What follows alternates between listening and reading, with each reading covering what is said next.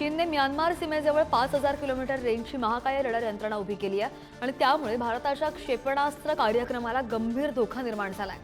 चीनने म्यानमारच्या सीमेला लागून असलेल्या युन्नान प्रांतात एक नवीन लार्ज LPR साइट तयार केली आहे आणि त्यामुळे चीनच्या बॅलिस्टिक क्षेपणास्त्रात निगराणी क्षमतांमध्ये लक्षणीय वाढ होण्याची शक्यता वर्तवली जाते। एक अहवाल आला आणि त्यामध्ये असा दावा केला जातोय आणि यामुळे 5000 किलोमीटरच्या परिघात बॅलिस्टिक क्षेपणास्त्रांचं प्रक्षेपण शोधून त्यावर लक्ष ठेवता येतं। रफाच्या दक्षिण गाझा पट्टी भागामध्ये ट्रक बांधकाम साहित्य घेऊन जाताना दिसलेले आहेत आणि इस्रायल आणि हमास यांच्यामध्ये 19 जानेवारीपासून शस्त्रबंदी लागू करण्यात आली आहे। त्याचाच एक भाग म्हणजे ढिगारा हटवण्यासाठी अवजड यंत्रसामग्री त्यांना प्रवेश देण्यात आलाय। इस्रायलनं गाझा पट्टीमध्ये बुलडोझर सारखा ढिगारा काढण्याची उपकरणं सोडण्यास सुद्धा सुरुवात केली आहे। तसंच इस्रायलनं अधिक अवजड यंत्रसामग्रीला या क्षेत्रात प्रवेश द्यावा असं हमासनं म्हटलंय। त्या दरम्यान या युद्धामुळे गाझाची अंदाजे 90% लोकसंख्या विस्थापित झाली आहे।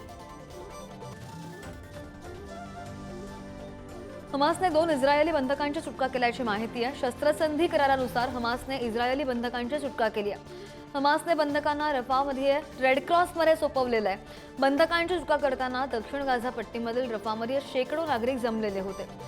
शस्त्रसंधी करारानुसार इस्रायल तुरुंगात असलेल्या 600हून अधिक पॅलेस्टिनी नागरिकांची सुटका करणार आहे।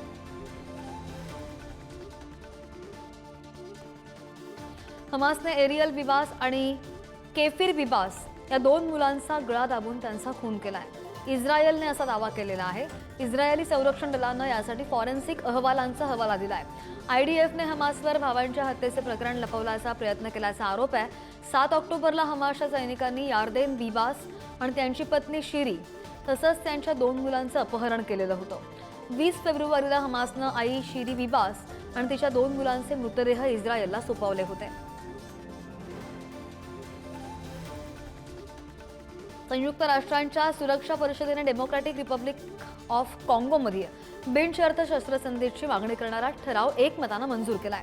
पूर्व डेमोक्रॅटिक रिपब्लिक ऑफ काँगोमधील संघावर लष्करी तोडगा निघालेला नाही अशी माहिती संयुक्त राष्ट्रांमधील फ्रान्सचे प्रतिनिधी निकोलस डी रिव्हिडर यांनी दिलेली आहे। प्रभावी बिनशर्त आणि तत्काळ शस्त्रसंधी करार करण्याला प्राधान्य आहे असं सुद्धा ते म्हणाले। बंडखोरांना शेजारच्या रवांडामधील सुमारे 4000 सैनिकांना पाठिंबा आहे असा दावा सुद्धा संयुक्त राष्ट्रांच्या तज्ज्ञांनी केलाय। न्यू जर्सीमधील कॅम्डेनमध्ये मोठी आग लागल्याचं पाहायला मिळालं। या आगीमधून धुराचे लोट उठलेले होते आणि हा धूर फिलाडेल्फियामधील डेलावेअर नदीवर दिसत होता। अग्निशमन दल आगीला आटोक्यात आणण्यात प्रयत्न करत आहे आणि या आगीमध्ये कोणतीही जीवितहानी झालेली नाहीये। आग कशामुळे लागली याचा तपास सध्या सुरू आहे।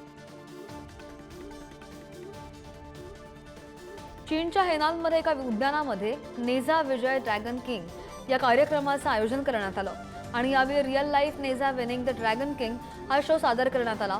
नेझा 2 हा ॲनिमेटेड चित्रपट नुकताच चीनमध्ये हिट झाला, प्रदर्शित झाला आणि त्यामुळे देशभरात नेझा थीमवर आधारित घटकांची संख्या वाढताना पाहायला मिळते। दरम्यान हा शो पाहण्यासाठी चीनी नागरिकांनी मोठ्या प्रमाणामध्ये गर्दी केली।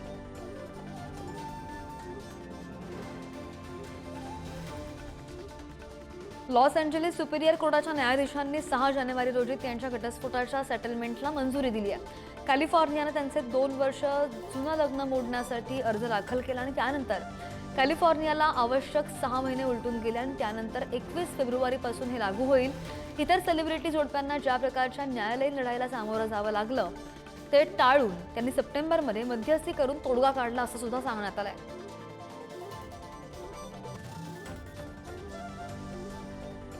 भटक्या मांजरांसाठी लीलाममधील स्वयंसेवकांनी मांजर मेळाव्याचं आयोजन केलं।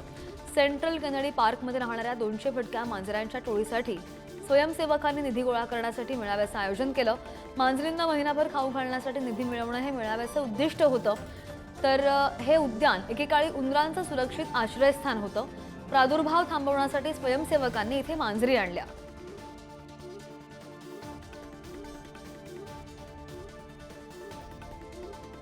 ट्रम्प प्रशासनाने नव्याने नियुक्त केलेल्या नॅशनल पार्क सर्व्हिसेसच्या सुमारे 1000 कर्मचाऱ्यांना काढून टाकण्यात आले आहे आणि यामध्ये उद्यानांची देखभाल आणि साफसफाई करणाऱ्यांचा सुद्धा समावेश आहे। नोकरी गमावलेल्यांपैकी किमान डझनभर जण कॅलिफोर्नियामधील नॅशनल पार्कमध्ये काम करत होते आणि ओलेग चमुरा जवळपास वर्षभरापासून उद्यानामध्ये संरक्षक म्हणून काम करत होता.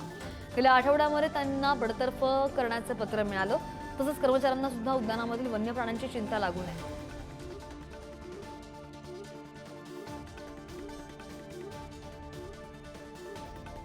उत्तर पेरूमधील एका मॉलमध्ये छत कोसळलं आणि अनेक नागरिक जखमी झालेत. एका मॉलमधील डायनिंग एरियामध्ये छत कोसळल्यानं हा अपघात झाला.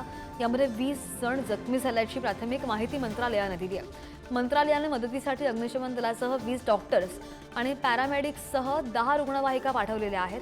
तर पोलिसांनी परिसर बंद केल्यानंतर किरकोळ जखमींवर घटनास्थळी उपचार सुद्धा केलेले आहेत. 1974चा पाकिस्तान भारत प्रोटोकॉल ऑन धार्मिक स्थळांना भेट देण्यावरून दरवर्षी हजारो भारतीय भाविक धार्मिक उत्सवांमध्ये सहभागी होण्यासाठी पाकिस्तानला भेट देतात.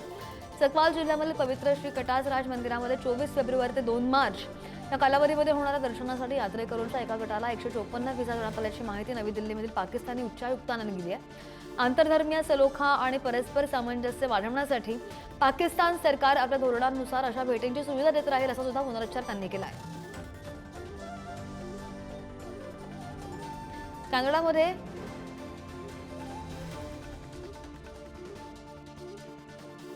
पंतप्रधान पदाच्या शर्यतीमधून भारतीय वंशाच्या रुबी ढल्ला या बाहेर पडल्यात. लिबरल पक्षाने त्यांना हे पद भूषवण्यासाठी अपात्र घोषित केलं आणि त्यामुळे त्यांची पंतप्रधान होण्याची शक्यता संपुष्टात आलेली आहे. पक्षाच्या मतदान समितीला त्यांच्या चौकशीमध्ये असं आढळून आलं. रुबी ढल्ला यांनी निवडणूक खर्चासह एकूण 10 नियमांचं उल्लंघन केलंय. लिबरल पक्षाचे राष्ट्रीय संचालक आझम इस्माईल यांनी ही माहिती दिली आहे. त्याचसोबत त्यांच्यावर चुकीच्या आर्थिक अहवालाचा सुद्धा आरोप आहे. डोनाल्ड ट्रम्प यांनी अचानक देशांच्या सर्वोच्च लष्करी अधिकाऱ्याला पदावरून काढून टाकलाय. अमेरिकन लष्कराच्या जॉईंट चीफ ऑफ स्टाफचे अध्यक्ष चार्ल्स C.Q. ब्राउन ज्युनियर यांच्यासह संरक्षण विभागामधील 6 अधिकाऱ्यांना काढून टाकण्यात आलेलं आहे. जॉईंट चीफ्स ऑफ स्टाफचे अध्यक्ष हे अमेरिकेमधील सर्वात वरिष्ठ अधिकारी असतात. तर कायद्यानुसार ते राष्ट्रपतींचे मुख्य लष्करी सल्लागार आहेत. अमेरिकेमध्ये सरकार बदलल्यानंतर जॉईंट चीफ ऑफ स्टाफचे अध्यक्ष बदलण्याची परंपरा नाहीये.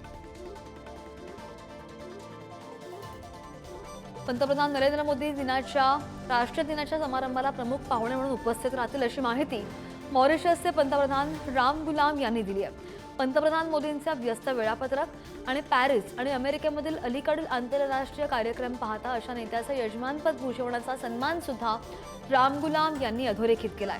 त्याचसोबत माझ्या नियंत्रणानंतर भारताचे पंतप्रधान नरेंद्र मोदी यांनी आमच्या राष्ट्रीय दिनाच्या समारंभासाठी प्रमुख पाहुणे म्हणून उपस्थित राहण्यास सहमती दर्शवली आहे असं सुद्धा ते म्हणाले.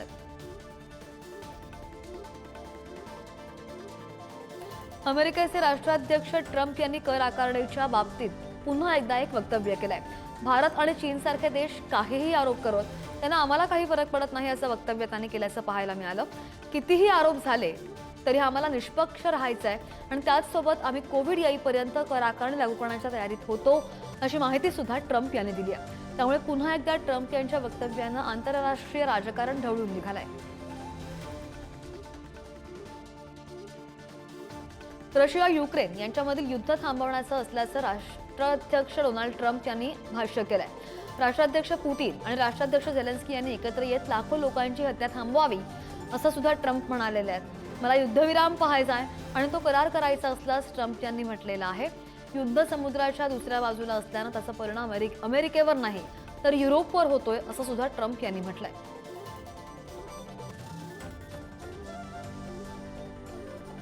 भारतीय वंशाचे लेखक सलमान रश्दी यांच्यावर चाकूने वार करणारा हादी मतार याला न्यूयॉर्क न्यायालयानं दोषी ठरवलाय.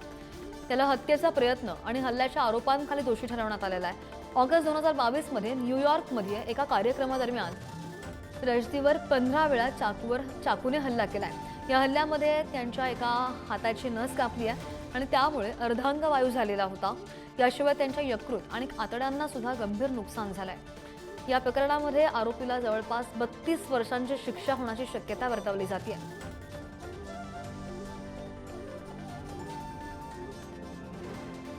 टिटिलागड यार्डामध्ये मालगाडीचे 3 डबे रुळावरून घसरले.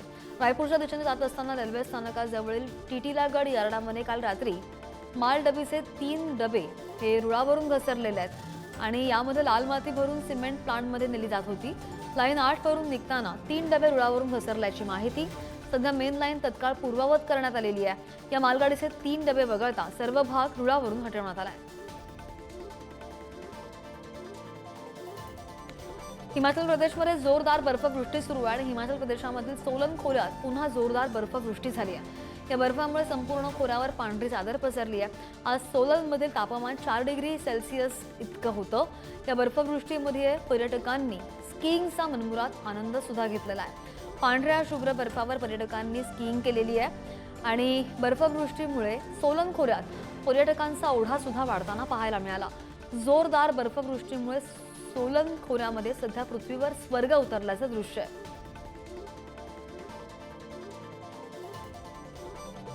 ओडिशामधील गंजम जिल्ह्यामधील ऋषिकुला समुद्र किनाऱ्यावर आजकाल एक अद्भुत दृश्य पाहायला मिळत आहे. किनाऱ्यावर पोहोचण्यासाठी जवळजवळ 3 लाख ऑलिव्ह रिडले कासवांनी 9000 किलोमीटरचा प्रवास करून 5.5 लाखांहून अधिक अंडी घातलेली आहेत आणि त्यामुळे या कासवांनी समुद्र किनाऱ्यावरील सोनेरी वाळूवर विविध ठिकाणी घरटी सुद्धा बनवली आहे.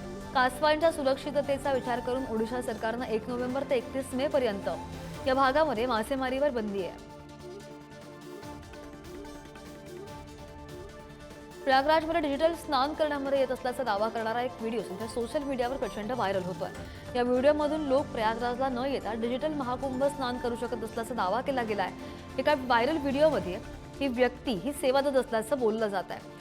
भक्त आणि त्यांचे पासपोर्ट साईजचे फोटो या व्यक्तीला व्हॉट्सअप करतात आणि हा व्यक्ती त्या छायाचित्रांचा प्रिंटआउट्स काढतो आणि संगमामध्ये या फोटोंना प्रतिकात्मक स्नान करतो अशी माहिती त्याने व्हिडिओमध्ये दिली आहे. त्यासाठी हा व्यक्ती तब्बल 1100 रुपये घेतो.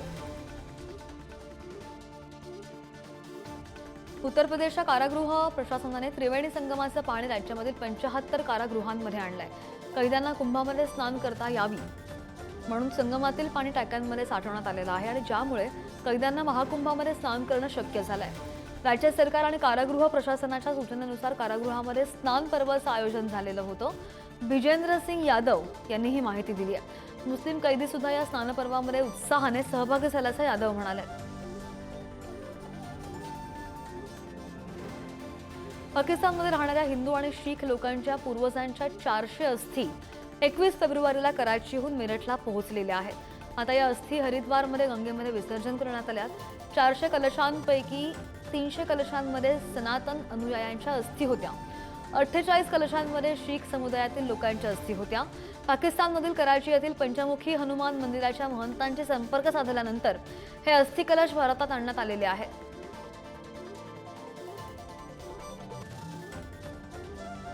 सार्वजनिक सुरक्षा सुनिश्चित करण्यासाठी अनंतनाग पोलिसांनी सीआरपीएफच्या सहकार्यानं बीजबेहरा रेल्वे स्थानकावर मॉक ड्रिल केली आहे. त्यामुळे संभाव्य सुरक्षा धोक्यांसह वास्तविक जीवनामधील आणीबाणीच्या परिस्थितीचं अनुकरण करण्यात आलंय.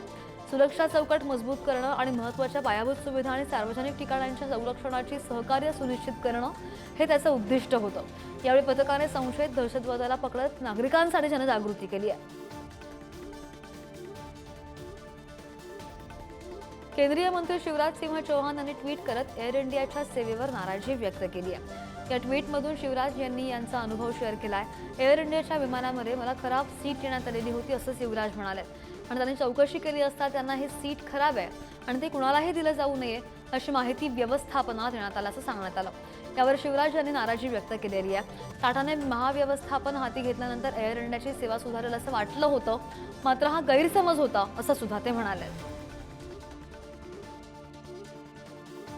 पंजाबमधील आप सरकारच्या कारभारावर भाजपनं गंभीर आरोप केले.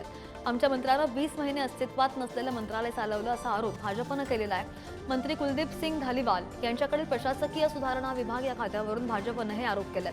पंजाबच्या मुख्य सचिवांनी या संदर्भात एक राजपत्र जारी केलंय आणि या राजपत्रामध्ये मुख्यमंत्री भगवंत मान यांच्या सूचनेनुसार हा विभाग रद्द करण्याचा निर्णय घेण्यात आल्याचं नमूद आहे. पंजाबमधील भगवंत मान सरकारमधील हा मोठा फेरबदल असल्याचं बोललं जात आहे.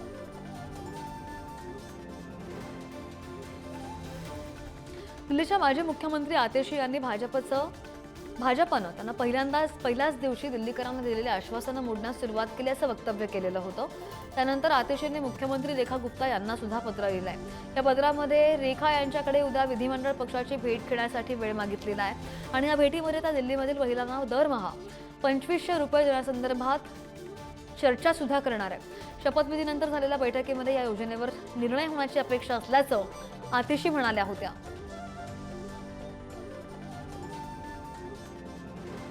पंतप्रधानांचे प्रधान सचिव म्हणून शक्तिकांत दास यांच्या नियुक्तीला मान्यता देण्यात आलेली आहे. केंद्र सरकारच्या नियुक्ती समितीने या संदर्भातील अधिसूचना जारी केली आहे. आरबीआयचे माजी गव्हर्नर शक्तिकांत दास आता पंतप्रधान नरेंद्र मोदींचे प्रधान सचिव असणार आहेत आणि ही नियुक्ती त्यांनी पदभार स्वीकारल्याच्या तारखेपासून पंतप्रधानांच्या कार्यकाळामध्ये किंवा पुढील आदेश येईपर्यंत सुरू होणार आहे असं सांगितलंय.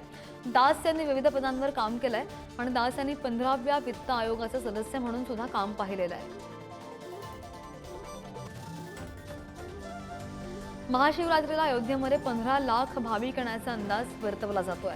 महाशिवरात्रीला महाकुंभमेळ्याची सांगता होणार आहे आणि त्यामुळे प्रशासन महाशिवरात्रीच्या तयारीसाठी सज्ज झालंय. साधारण 14 जानेवारीपासून अयोध्येमध्ये येणाऱ्या भाविकांच्या संख्येमध्ये प्रचंड वाढ सुरू झाली आहे आणि त्यामुळे महिन्यात 1 कोटींहून अधिक भाविकांनी रामलल्लाचं दर्शन घेतलंय. हे लक्षात घेऊन गर्दीचं व्यवस्थापन करणारी यंत्रणा अद्ययावत करण्यात आली आहे. सीसीटीव्ही आणि ड्रोन कॅमेऱ्यांची सुद्धा नजर असेल.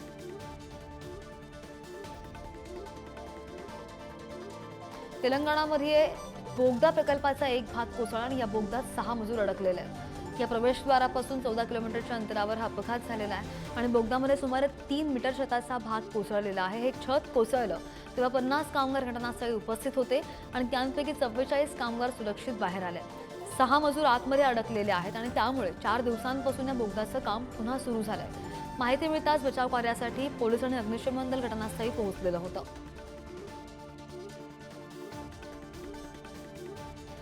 केरळमध्ये सरकारी क्वार्टरमध्ये 3 कुजलेले मृतदेह आढळून आले. एर्नाकुलम येथील उत्पादन शुल्क आणि सीमा शुल्क विभागाच्या क्वार्टरमध्ये हे 3 कुजलेले मृतदेह आढळले. पोलिसांना माहिती मिळताच त्यांनी घटनास्थळी धाव घेतली आहे. पोलिसांच्या तपासणीमध्ये हे मृतदेह जीएसटीचे अतिरिक्त आयुक्त मनीष विजय आणि त्यांची आई शकुंतला आणि त्यांची बहीण शालिनी यांचे असल्याचा उलगडा झालेला आहे. 3ही मृतदेह शवविच्छेदनासाठी पाठवण्यात आलेले आहेत. प्राथमिक माहितीनुसार पोलिसांनी आत्महत्या झाल्याचा अंदाज वर्तवलेला आहे. फतेहपूरमध्ये कानपूर प्रयागराज महामार्गावरील खारियाव पोलीस स्टेशन परिसरामध्ये 3 वेगवेगळ्या ठिकाणी मोठे रस्ते अपघात झाले. त्यामध्ये 5 जणांचा मृत्यू झाला असून 20 जण जखमी आहेत. पहिला अपघात भरतपूर गावाजवळ झालेला आहे. महाकुंभार जाणाऱ्या एका कारनं रस्त्याच्या कडेला असलेल्या पिकअपला धडक दिली. दुसरीकडे भरतपूर CA4नं कार आणि ट्रकमध्ये दुसरा अपघात झाला आणि तिसरा अपघात रस्त्याच्या कडेला उभ्या असलेल्या ट्रकला कारनं धडक दिल्यामुळे झाल्याची माहिती आहे. शस्त्रास्त्रांच्या स्पर्धेमध्ये भारत सातत्यानं आपली शक्ती वाढवताना पाहायला मिळत आहे. नॅशनल सिक्युरिटी गार्डनं गुरुवारी केंद्रीय आणि राज्य कमांडो विंग्सना हरवून अखिल भारतीय पोलीस कमांडो स्पर्धेच्या स्पायनर प्रकारामध्ये विजय मिळवलाय. या स्पर्धेमध्ये बेंगळुरू येथील डिफेन्स कंपनीने बनवलेली 338 सेबर स्पायनल रायफल वापरलेली आहे. भारतातील विविध कमांडो दलांनी जगभरातील सर्वोत्तम स्पायनर रायफल्ससह या स्पर्धेत सहभाग घेतल्याची माहिती. लग्न ही प्रत्येकाच्या आयुष्यातील महत्त्वाची बाब असते. बदललेल्या काळानुसार आता लग्नानंतर जोडप्यांना अनेक अडचणींचा सामना करावा लागतोय. जीवनशैलीमधील बदल, कामाचा ताण, एकत्र कुटुंब पद्धतीमध्ये राहण्यास नकार यामुळे अनेक जोडप्यांमध्ये वाद होताना पाहायला मिळतात. वाद इतके विकोपाला जातात तसं शेवट न्यायालयामध्ये होतो. न्यायालयासमोर अशा प्रकारचे हजारो प्रकरणं असतात आणि यावेळी एखाद्याचं लग्न तुटलं याचा अर्थ त्याचं आयुष्य संपलं असं होत नाही. सगळे विसरून तुम्ही पुढे जायला हवं असा सल्ला सुद्धा न्यायमूर्ती अभय ओक यांनी जोडप्यांना दिलाय.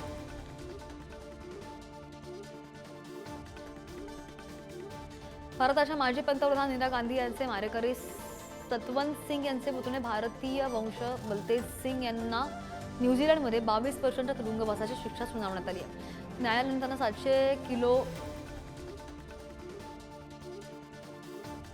वस्तू बाळगल्याबद्दल दोषी ठरवलेलं आहे.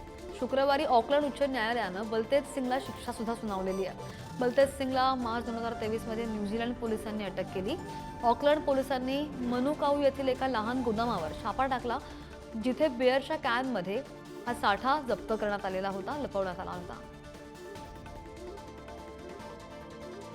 बलात्कार प्रकरणामध्ये शिक्षा भोगत असलेला आसाराम बापू जामीन मिळाल्यानंतर इंदापूरला पोहोचलाय. तिथे तो न्यायालयाने दिलेल्या जामीन अटींचं उल्लंघन करत उपदेश करतोय.